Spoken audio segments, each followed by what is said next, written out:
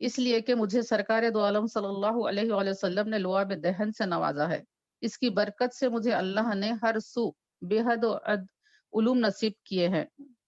بخدا اگر توریت اور انجیل کو بولنے کی طاقت عطا ہو جائے تو میں جو کچھ ان کے علوم بتاؤں وہ میری تصدیق کریں گے۔ اسی مجلس میں ایک یمنی شخص نے کہا، یہ عجیب انسان ہے کہ لمبے چوڑے دعوے کر رہا ہے، میں ایک ہی سوال سے انہیں شرمسار کر دوں گا۔ چنانچہ اس نے کہا کہ اگر میں سوال کروں تو آپ جواب دیں گے؟ تو آپ نے فرمایا، لیکن سمجھنے کی نیت سے سوال کرنا، سوال ایسا ہو کہ ہماری نالج میں اضافہ ہو، ہم اس سے ہدایت، اگر اس میں رہے ہدایت کے جوہر تو ہم اس کو قبول کریں۔ یہ نیت سے سوال کرنی چاہیے، سوال میں سرکشی نہ دکھانا۔ حضرت علی کرم اللہ وجہ نے بتایا، مولا علی نے یہ کہا کہ سوال میں سرکشی نہ ہو۔ تو اس نے عرض کی، آپ کے دعوے سے تو میرا سوال میری مرضی پر ہوگا، چونکہ آپ نے یہ کہا تھا کہ جو پوچھنا ہے پوچھو، تو اس نے یہ کہا کہ یہ میری مرضی پر ہوگا، میں جو پوچھنا ہوں پوچھوں گا۔ تو آپ یہ بتائیے کہ آپ نے اللہ تعالیٰ کو دیکھا ہے؟ تو مولا علی کرم اللہ وجہ نے فرمایا کہ میں اپنے رب تعالیٰ کی عبادت اس لیے نہیں کرتا کہ میں اسے دیکھوں۔ اس نے عرض کی، جب آپ نے اسے دیکھا نہیں تو اس کی عبادت کیسی؟ تو آپ نے یہ فرمایا، اگرچہ میں نے اسے آنکھوں سے نہیں دیکھا ہے لیکن حقیقت ایمان کے ساتھ اللہ کو قلب کی بصیرت سے دیکھا ہے، وہ میرا رب ہے۔ یعنی جو قلب نے کیفیت پائی ہے اس کا مولا علی نے یہ اظہار فرمایا کہ وہ میرا رب ہے، احد ہے، ایک ہے، واحد ہے، لا شریکہ ہے، یعنی کہ اس کا کوئی شریک نہیں ہے اور اس کا کوئی ثانی بھی نہیں ہے۔ وہ اکیلا ہے اور اس کا کوئی مثل نہیں ہے، نہ اس کا مکان ہے نہ اس کا زمان، نہ وہ زمانے کا محتاج ہے نہ وہ مکان کا محتاج ہے، نہ اس کو عقل پا سکتی ہے نہ خیاس۔ حضرت علی کرم اللہ وجہ کی یہ تقریر سن کر اللہ تعالیٰ کے یہ وحدانیت کے دلائل سن کر وہ یہ شخص بے ہوش ہو کر گر گیا، اور جب ہوش آیا تو اس نے عرض کی کہ آئندہ سے میں کبھی سرکشی کے لیے سوال نہیں کروں گا، سوال کرنا ہے تو صرف ہدایت کی نیت سے سوال کرنا، سرکشی کی نیت سے سوالات نہیں کرنا۔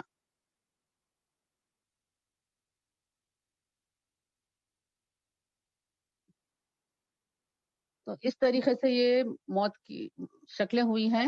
تو یعنی کہ پھر انسان وہی ہے، حیات اس کی وہی ہے، حقیقت میں انسان وہی جی رہا ہے جو اللہ اور اللہ کے رسول صلی اللہ علیہ وسلم کی تعلیمات کو مان کر احکامات پر عمل کرتے ہوئے اپنی زندگی گزارتا ہے اور دارین یعنی کہ دنیا اور آخرت کی فلاح کا حقدار بن جاتا ہے۔ اور اللہ تعالیٰ شر اور خیر کو انسان کے لیے فتنہ بنایا ہے، یعنی کہ آزمائش بنایا ہے۔ شر اور خیر، خیر یعنی کہ بھلائی، شر یعنی مصیبت، ان دونوں کیفیتوں میں اللہ تعالیٰ بندے کو آزماتا ہے۔ اور حضرت عمر رضی اللہ تعالیٰ عنہ سے مروی ہے کہ آپ نے یہ فرمایا کہ اللہ تعالیٰ نے ہم کو شر سے آزمایا اور ہم اس پر صبر کرتے رہے۔ تو یعنی کہ شر جب آتا ہے تو انسان صبر کرتا ہے، مصیبتیں جب آتی ہیں تو انسان صبر کرتا ہے، اللہ تعالیٰ سے التجا کرتا ہے اس کے دفع ہونے کے لیے، اللہ کی مدد حاصل ہونے کے لیے دعائیں کرتے رہتا ہے، اللہ تعالیٰ کی طرف اپنا اللہ لگائے رہتا ہے۔ اور پھر جب خیر ملتا ہے، حضرت عمر فاروق رضی اللہ عنہ نے فرمایا کہ جب خیر سے اللہ تعالیٰ نے ہم کو نوازا، یعنی کہ مسلمانوں کو کامیابیاں ملنے لگ گئیں، مسلمانوں کے پاس غنیم آنے لگے، تو حضرت عمر فاروق رضی اللہ تعالیٰ عنہ نے فرمایا جب خیر کے دروازے اللہ تعالیٰ نے ہم پر کھول دیے تو ہم اللہ تعالیٰ کے شکر کا حق ادا نہیں کر سکے، اور پھر یہ بتایا کہ نعمتوں پر شکر ادا کرنا بہت مشکل ہے بنسبت مصیبتوں پر صبر کرنے کے۔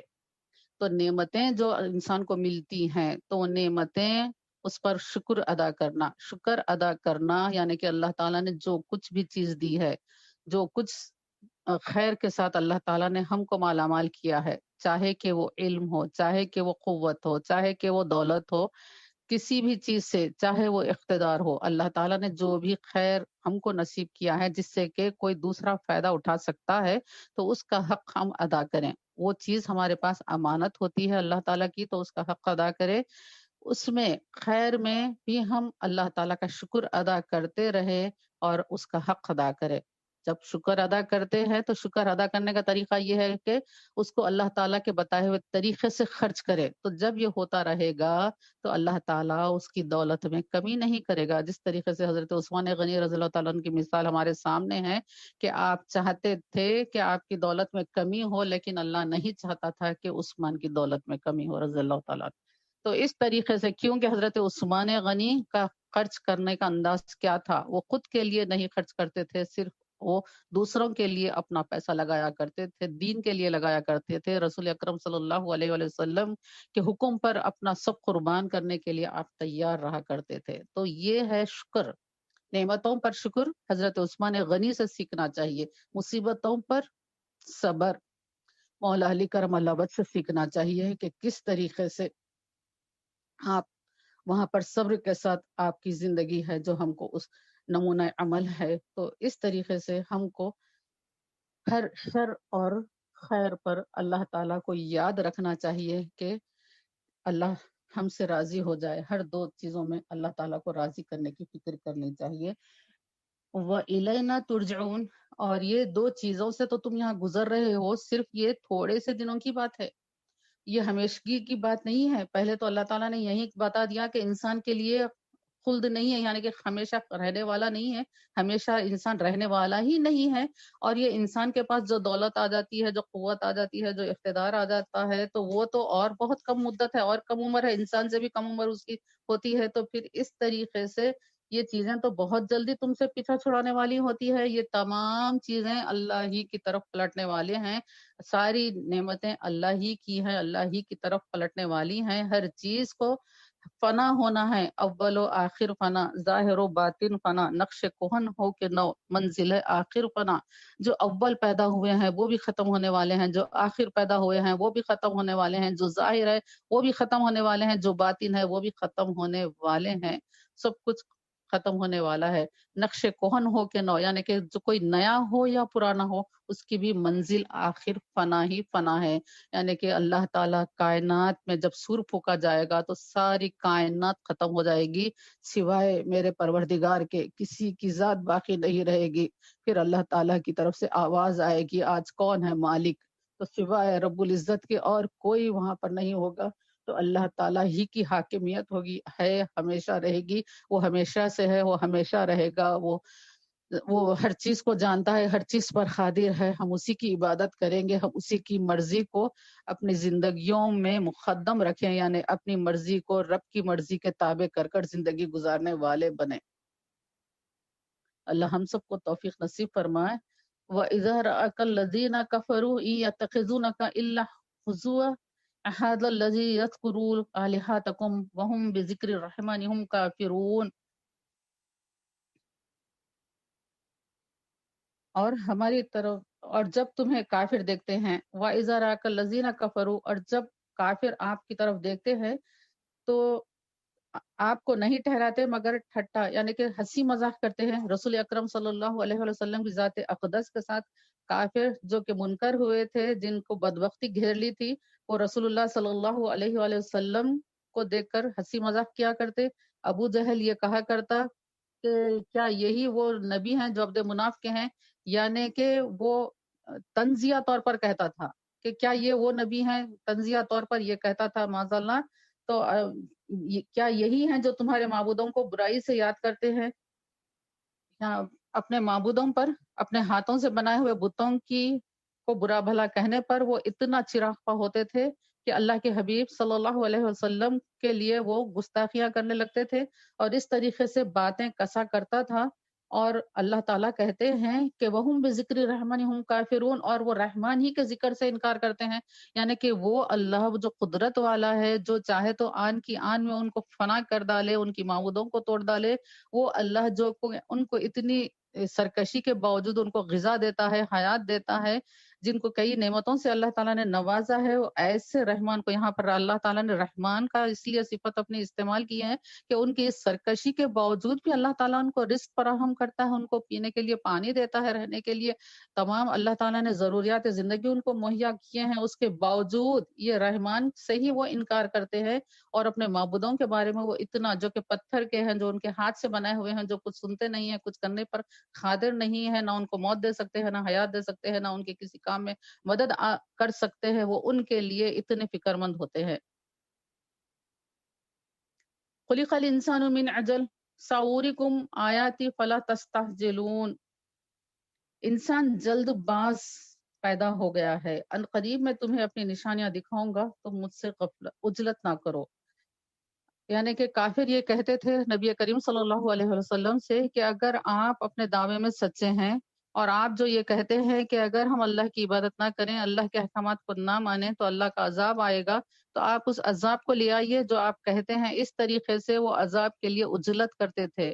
تو اللہ تعالیٰ ارشاد فرماتے ہیں انسان کی ایک خصلت یہاں پر بتا دی گئی ہے کہ خلق الانسان من عجل، یعنی کہ انسان کے اندر ہی جلد بازی ہے۔ تو اب جلد بازی جو ہوتی ہے، ہم یہ محاورہ بھی سنے ہیں کہ جلدی کا کام شیطان کا ہوتا ہے۔ تو انسان کو جلد بازی نہیں کرنا چاہیے، ہر کام کرتے وقت انسان کو حسن تدبیر کے ساتھ اچھے ویل پلان آرگنائز طریقے سے اس کو کام کرنا چاہیے، سوچ سمجھ کر مشورہ کر کر کام کرنا چاہیے، اور کسی بھی چیز کے نتیجے کے لیے عجلت نہیں کرنا چاہیے کہ ہم نے تو اتنا کرا تھا پھر ہم کو کامیابی نہیں ہوئی، ہم نے تو اتنی عبادتیں کی تھی پھر ہماری دعائیں قبول کیوں نہیں ہوئی۔ یہ اس طریقے کی عجلت انسان کو نہیں کرنی چاہیے۔ اب پھر ایک سوال یہ کہ جب اللہ تعالیٰ نے خود یہ فرمایا کہ انسان خلقتاً جلد باز واقع ہوا ہے، تو پھر یہ اس طریقے سے صبر اور تحمل کا ہم سے مطالبہ کیوں کیا جاتا ہے؟ تو دیکھیے کہ کئی چیزیں ایسی ہوتی ہیں جو کہ انسان کی فطرت میں نہیں ہوتی، فطرت میں شامل نہیں ہوتی ہے۔ ایک چیز تو یہ ہے کہ انسان کے تعلق سے اللہ تعالیٰ نے خود سورہ انبیاء میں یہ ارشاد فرمایا کہ ہم نے ان کے جسم ایسے نہیں بنائے ہیں کہ وہ بغیر کھائے پیے رہے، پھر بھی اللہ تعالیٰ ہم سے روزے رکھواتا ہے۔ پھر اللہ تعالیٰ نے انسان سے یہ اللہ تعالیٰ مطالبہ کرتا ہے کہ تم زکوٰۃ ادا کرو، صدقہ دو، خیرات دو، انفاق دو، اپنے رشتہ داروں کی مدد کرو، ضرورت مندوں کی مدد کرو، مسافروں کی، مسکینوں کی مدد کرو۔ تو یہ انسان کی جو ایک کیفیت رہتی ہے، بخل رہتا ہے اس کے اندر، وہ اپنا پیسہ دوسروں کو دینا پسند نہیں کرتا ہے۔ تو اسی چیز کی نفی کرتے ہوئے انسان کو زکوٰۃ دینا ہے، صدقہ دینا ہے، خیرات کرنا ہے۔ انسان کی مزاج میں یہ ہوتا ہے، آرام پسندی ہوتی ہے، عیش کوشی ہوتی ہے، اچھا آرام سے رہنا پسند کرتا ہے، لیکن اللہ تعالیٰ 5 وقت دن میں نماز پڑھنے کی تاکید کرتا ہے، تو انسان کو اٹھنا ہے، وضو کرنا ہے، نماز پڑھنا ہے۔ تو ہر چیز جو ہماری نفس پر گراں گزرتی ہے اس پر ہی چل کر ہم کو اللہ کی طرف آگے بڑھنا ہے۔ تو نفس کو کچل کر، جیسے کہ مولا علی کرم اللہ وجہ نے فرمایا کہ جنت 2 قدم پر ہے، ایک اپنے نفس پر قدم رکھو تو دوسرا قدم جنت پر ہے، جنت میں ہے۔ تو اس طریقے سے جو چیز انسان کی نفس کے لیے مہنگی معلوم ہوتی ہے، بھاری معلوم ہوتی ہے، اس کے خلاف انسان کو کشمکش کرنا ہے، جد و جہد کرنا ہے، نفس کو دبانا ہے، اور اللہ کے رسول کے احکامات پر عمل کرنا ہے۔ تو اس طریقے سے صبر اور تحمل استعمال کرنا چاہیے، مصیبتوں پر صبر کرنا چاہیے، واویلا نہیں کرنا چاہیے۔ ابھی ہم موتا کے بارے میں سنے، میت کے آداب کے بارے میں سنے۔ ایک بات یہ بھی ہے کہ کسی کا انتقال اگر ہو جاتا ہے تو بین نہیں کرنا چاہیے، یعنی کہ بیانہ کر کے رونا نہیں چاہیے کہ ارے کیا دیکھے تھے، دنیا نہیں دیکھے، ان کی شادی نہیں دیکھے، ان کا وہ نہیں دیکھے، کچھ خوشی نہیں دیکھے، اس طریقے کی باتیں ہوتے ہیں۔ تو یہ بہت نازیبا الفاظ ہیں، کلمات ہیں، یہ کہنے سے اللہ ہم سب کو ہدایت دے کہ ایسے کلمات کہنے سے ہم اپنے آپ کو روکے رکھیں۔ یہ کہ موت جو ہوتی ہے وہ اللہ کا اذن ہوتی ہے، کتنی آپ علاج کرا لو، آپ کتنے ہی مہنگے ہاسپٹل میں رکھو، پورا موجودہ جو میڈیکل اکوپمنٹ ہے آپ لگا دو، لیکن جب موت کا وقت مقرر ہوتا ہے تو کوئی اس کو بچا نہیں سکتا۔ تو موت برابر آتی ہے۔ تو ہم یہ کہنا کہ یہ نہیں ہونا تھا، انہوں نے یہ نہیں دیکھا، تو معاذ اللہ ایسا کہنے سے اللہ تعالیٰ کے فیصلے پر اعتراض آتا ہے۔ اللہ تعالیٰ کے فیصلے پر، اللہ تعالیٰ کے حکم پر ہم کو تو سر جھکانے کا حکم ہے، وہاں پر اعتراض کا سوال ہی نہیں ہو سکتا۔ تو ہم یہ باتوں کو محسوس نہیں کرتے، لاشعوری کے طور پر یہ باتیں نکل جاتی ہیں۔ تو اس سے علم جو ہوتا ہے، علم جو حاصل ہوتا ہے، اس کو ہم اپلائی کرنے والے بنے، اس کو استعمال کرنے والے بنے، تو انشاءاللہ علم نافع بنے گا، تو جو چیزیں سوچتے ہیں اس کے اوپر عمل کرنے والے بنے. ایسا نہیں کہ یہ ایک وقتیہ ہمارا بولنا اور سننا رہا معاذ اللہ، پھر اس کے بعد ہم ہماری مرضی کی زندگی گزاریں گے. یہ نہیں ہوتا. تو ہم کو اپنی زبان پر کنٹرول کرنا چاہیے، اپنے آپ کو اللہ کے حوالے کرنا چاہیے. فیصلہ اللہ کا ہے، اس میں بندے کا کچھ اختیار نہیں ہے. نہ زندوں کا اختیار ہے کہ مردے کو کچھ اور دن زندہ رکھے، نہ مردے کے اختیار میں تھا کہ وہ اور کچھ دن اس دنیا میں رہتا. تو پھر یہ صرف قابلہ کیوں ہے؟ یہ صرف اپنے اعمال میں گناہ کی زیادتی کرنے کے اور کوئی فائدہ دینے والی باتیں نہیں ہوتی ہیں. تو ایسی باتوں سے ہم کو بچنا چاہیے، اللہ کے فیصلے پر جھک جانا چاہیے. پھر اس کے آگے ہے کہ احد الذی یذکر الہتکم ہم ہاں ساوریکم آیاتی فلا تستعجلون، یعنی کہ اللہ تعالیٰ ارشاد فرماتے ہیں ہم تمہیں اپنی نشانیاں دکھائیں گے، بس تم مجھ سے عجلت نہ کرو. اللہ تعالیٰ گنہگاروں کو بھی ان کا انجام بتائیں گے، اللہ تعالیٰ نیکوکاروں کو بھی ان کا انجام بتائیں گے، اس دنیا کے بعد قیامت میں بھی بتائیں گے. اور بعض گناہ ایسے ہوتے ہیں، بعض مواقع ایسے ہوتے ہیں، بعض لوگوں کے ساتھ معاملے ایسے ہوتے ہیں، بعض لوگوں کی دعائیں ایسی ہوتی ہیں کہ اللہ تعالیٰ ان کو دنیا میں بھی بتا دیتا ہے ان کے اعمال کا بدلہ. بعض نیک اعمال کا بھی بدلہ اللہ تعالیٰ بتا دیتے ہیں، برے اعمال کا بھی بدلہ اللہ تعالیٰ بتا دیتے ہیں. اور اگر یہاں نہیں تو ان قریب قیامت قائم ہونے والی ہے، اللہ تعالیٰ وہاں پر ضرور بضرور اللہ تعالیٰ ان کو نشانیاں بتا دیں گے. اور اللہ تعالیٰ آیتیں جو بتاتے ہیں ان آیتوں پر غور کرنے والے، آیتیں اللہ تعالیٰ کی نظر تو آتی ہیں، ان کے لیے غور کرنے کے لیے انسان کے پاس بصیرت چاہیے، وہ قلب چاہیے جس سے اللہ تعالیٰ کی آیتوں کو انسان سمجھ سکے. اور پھر یہ آیتیں ہم کو بتاتے ہیں اہل اللہ، اللہ کے نیک بندے ہم کو اللہ کی آیتوں سے آگاہ کرتے ہیں کہ یہاں پر انسان کو یہ کرنا چاہیے، انسان کو اس طریقے کا معاملہ اختیار کرنا چاہیے. یہ چیز ہم کو بزرگان دین کی تعلیمات سے، ان کی صحبت سے میسر ہو سکتی ہے. وَيَقُولُونَ مَتَى هَٰذَا الْوَعْدُ إِن كُنتُمْ صَادِقِينَ، اور پھر کیا کہتے ہیں؟ اور وہ کہتے ہیں یہ وعدہ کب ہوگا اگر تم سچے ہو. یعنی کہ جس طریقے سے اللہ کے عذاب کے تعلق سے وہ کہتے تھے کہ کب آئے گا، وہی ہے کہ اللہ کا عذاب کب آئے گا، یہ اس بات کو دہراتے رہتے ہیں. اللہ تعالیٰ فرماتے ہیں کہ ان قریب اللہ تعالیٰ ان کو اللہ کی نشانیاں بتا دیں گے. لا يعلم الذين كفروا حين لا يكفون عن وجوههم النار ولا عن ظهورهم ولا هم ينصرون.